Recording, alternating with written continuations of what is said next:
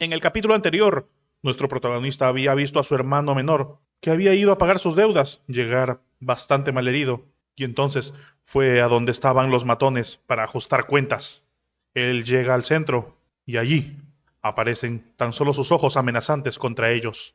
Esa gente, Jiraiya Sama al habla. Continuamos con la historia de nuestro protagonista, que fue absorbido en un cataclismo a un lugar donde pasó 1000 años, creciendo y criándose con una manada de lobos para regresar y descubrir que pasaron solo 100 años o 10 años en ese mundo, y ahora cambiará de trabajo a lo único que sabe hacer, pelear. Sigamos con la historia donde la dejamos. Finalmente aparece uno de los pasos de nuestro protagonista, avanzando y apretando la puerta con fuerza, plantando sus dedos en ella.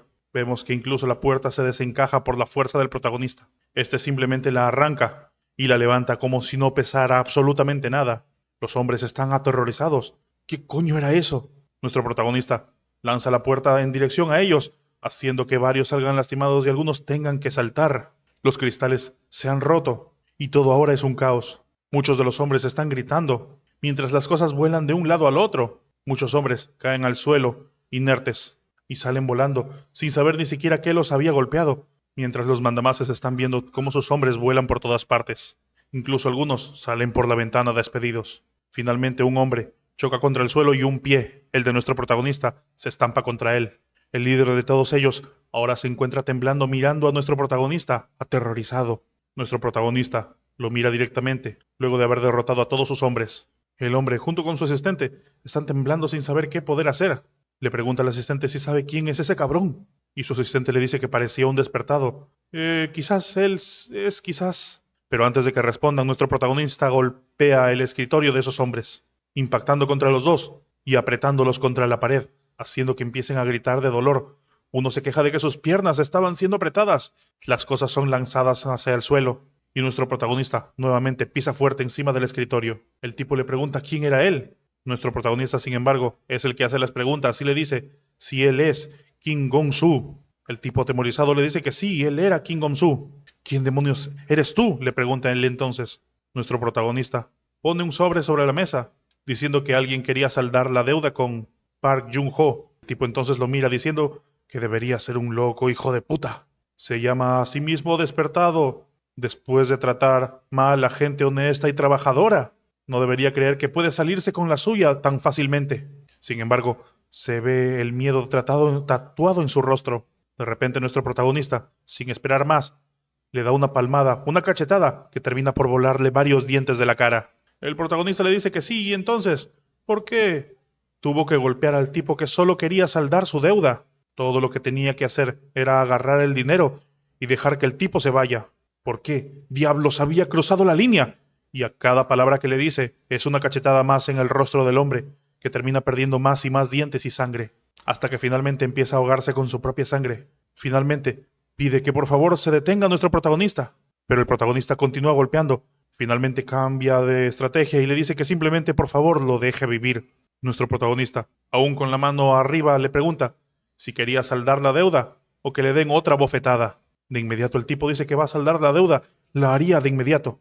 Y es entonces que nuestro protagonista se sienta tranquilamente, mientras todos los hombres ahora están de rodillas frente a nuestro protagonista. Todos dicen en unísono, a partir de ese momento, el cliente, Park Jun-ho, ya no tiene ninguna obligación con ellos y todas sus deudas se consideran saldadas. Nuestro protagonista lo mira directamente y le ordena que lo diga más alto. Ellos repiten lo mismo, esta vez casi gritando. Es entonces que el prota los mira hacia abajo y les dice que si los ve de nuevo, deberían considerarse todos muertos. Así que deberían asegurarse de que no se crucen otra vez. Los hombres, casi queriendo atravesar el suelo, le dicen sí, señor, y se quedan ahí, quietos, esperando que nuestro protagonista diga algo. Todos, incluso el líder, están allí expectantes. Y luego de un rato, uno de ellos alza la mirada, los demás también la alzan. Al parecer, se había ido. Finalmente el tipo, el líder de todos ellos, comienza a hablar, diciendo que ese hijo de puta de verdad cree que no tiene a nadie respaldándolo. Esos hijos de puta son carne muerta ahora. Y es así como cambiamos de escena. Nos encontramos a otro tipo, con una espada, caminando en medio de un edificio. Él era quien había solicitado a nuestro protagonista unirse al gremio. Le dice al señor Pack que había encontrado un nuevo talento. Los demás se sorprenden de que él nunca descanse y continúe trabajando. Le preguntan quién le había interesado esta vez, y de inmediato le muestra un archivo diciéndole que eche un vistazo. Ese era el supernovato que se había encontrado hoy. Vemos nombre Park Soo-ho, rango F, 110. El tipo pregunta cómo podría ser posible si era solo un rango F, pero por otra parte, se registró como un despertado solo hoy. El tipo le dice que la razón de más por la que él es real, podrían echarle un vistazo a su perfil. Sin embargo, le dicen que es una molestia. Y cuando empiezan a revisar, al parecer, el acceso estaba denegado. ¿Cómo que acceso denegado? Empiezan a preguntarse por qué. ¿Quién diablos era él? Entonces le pide el comandante que entren por la puerta trasera. Y es así, que empieza a teclear en modo hacker a ver qué es lo que puede hacer. Finalmente dice que estaba hecho. Y de repente se sorprenden al ver lo que hay allí. Él es definitivamente algo, dice uno de ellos. El otro le responde que sí, era el verdadero negocio. Y se preguntan si realmente era rango F. Sin embargo, ¿por qué su perfil estaba clasificado? Por lo que parecía, aún no se había unido a ningún gremio. Parece más que ese chico. Inmediatamente le piden que compruebe sus habilidades despertadas. Sin embargo, ¿conjurador? ¿Qué era eso? ¿Pan y agua? Tipo no sabe qué es lo que está viendo en su monitor. ¿Habían golpeado a Cho Gushik con tan solo pan y agua? Empieza a imaginarse que nuestro prota le estaba mandando pan y agua, lanzándoselo. Sin embargo, se pregunta. Dice si sabía que ese tipo desapareció por 10 años. Está oliendo algo raro allí. ¿Podría ser acaso un agente especial? El otro tipo, al parecer, pensando que era un agente especial, dice que mierda. Pensaba que era fuerte por sus habilidades. Nunca había imaginado que fuera un miembro del servicio de inteligencia. El otro le dice que probablemente debería renunciar a la idea de investigar a ese tipo. Estaba 99.9% seguro de que pertenecía al país. Le dice que supo que saldría así desde el momento en el que hizo un escándalo. No le extraña que fuera tan indiferente, le dice el otro. Finalmente, al desistir, dicen que irían a tomar una taza de café. Sin embargo, se preguntan por qué un agente especial entraría a una mazmorra de nivel 1. El otro le responde que a quién le importa. Sin embargo, luego le dice que mantenga un ojo en Park Soo-ho. El hacker le pregunta si acaso no le había dicho que se rinda. Pero el comandante le dice que solo deben darle un informe semanal. Quién sabe, podría aparecer algo especial. El hacker le dice que no puede hacerlo. Se lo había dicho ya muchas veces. Andaba ocupado. Y así, cambiamos de escena y nos encontramos en el hospital San Sing Sung. Allí vemos a nuestro protagonista entrar con una bolsita. Le dice a su hermano si había despertado. Su hermano, con bastantes vendas, se alegra de que haya llegado allí. Le pregunta por qué había comprado tanta comida. Nuestro prota le dice que había escuchado que comer mucho ayudaba a la recuperación. Vemos que hay un montón de comida. Y ahí hay una Big Mom, no Big Mac. Y mientras están comiendo, el protagonista le pregunta si se sentía mejor a su hermano.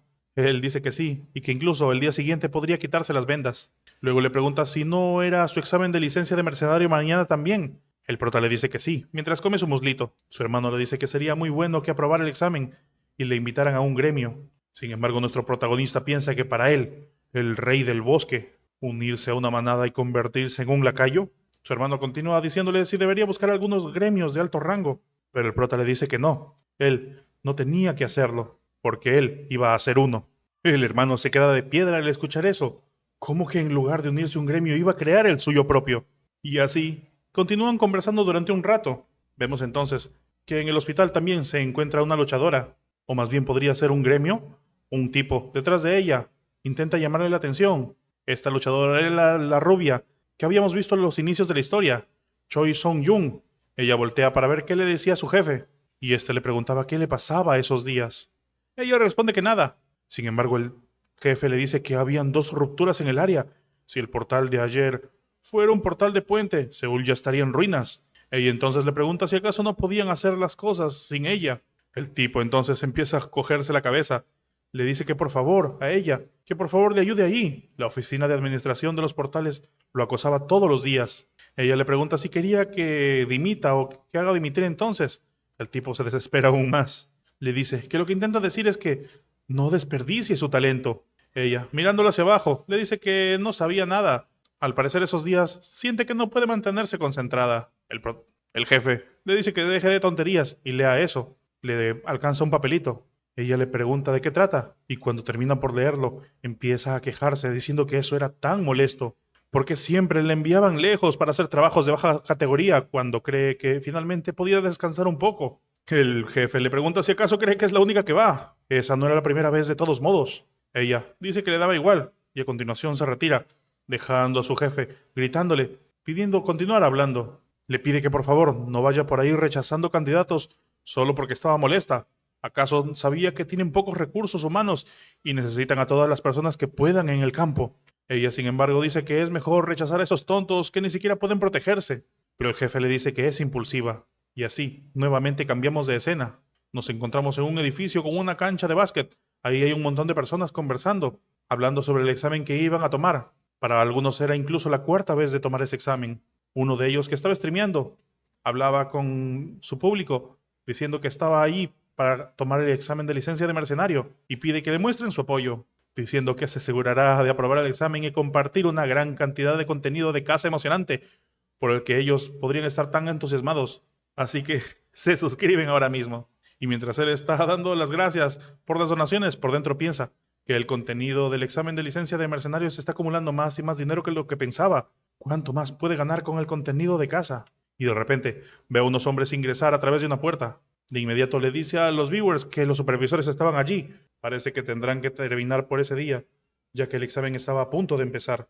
De repente, detrás de él aparece nuestro protagonista, bastante curioso. Le pregunta acaso si estaba viendo por primera vez una transmisión en vivo. Y nuestro protagonista, sin idea de lo que hace, le pregunta con quién hablaba hace un rato. Sin embargo, el tipo se queja diciéndole que le dé un poco de espacio. El protagonista, sin saber a qué se refiere, le dice que es gracioso, pero el otro parece bastante molesto. Sin embargo, finalmente son interrumpidos por alguien hablando a través del micrófono, saludando a todos, presentándose como el mayor Kim Yu-sung, el supervisor jefe para los próximos días. Le dice a los 21 supervisores que presentes allí decidirán si tienen lo necesario para aprobar el examen o no. La gente estaba sorprendida, esperando ser asignados por un buen supervisor, viendo que algunos supervisores podrían aprobarlos más fácil que otro. El tipo continúa diciendo, asume que todos tenían un número cuando llegaron, así que comenzarán la asignación del supervisor por sorteo.